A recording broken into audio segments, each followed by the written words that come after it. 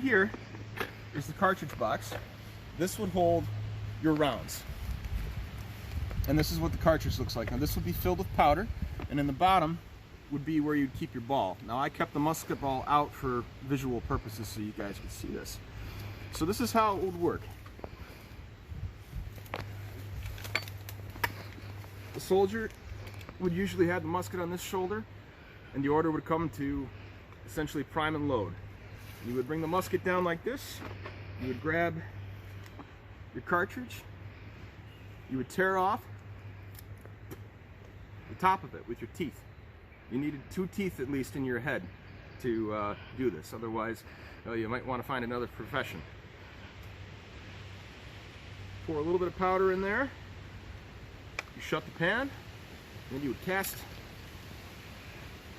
the muzzle about like so, and you would pour the rest of the powder in.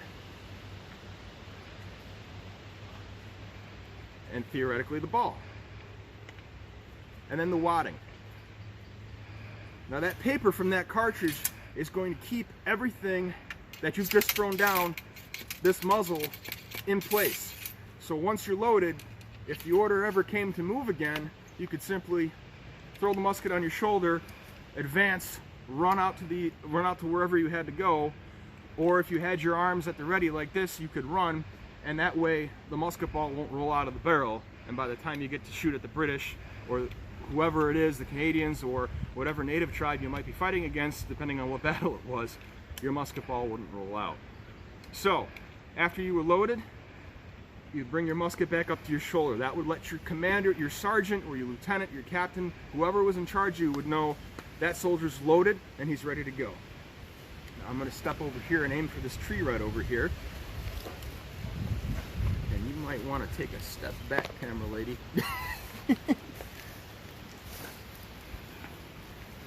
So, when the line or the section of troops is ready to fire, the command would come. It would be make ready. The soldier would take the musket off of his shoulder, bring the gun to full cock. Then the order would be take aim. And the soldier would present the musket and aim for the target. He would also take a step back to brace himself. When the enemy was within range, the order would come to fire.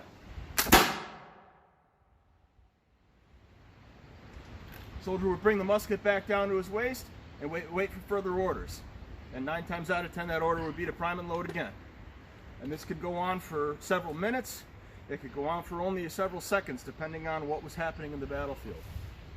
And as you can see, there was a lot of smoke. Now if you can imagine a line of guys, maybe 100 guys in one line with a bunch of smoke like this on a humid day, that smoke's just going to hang in the air.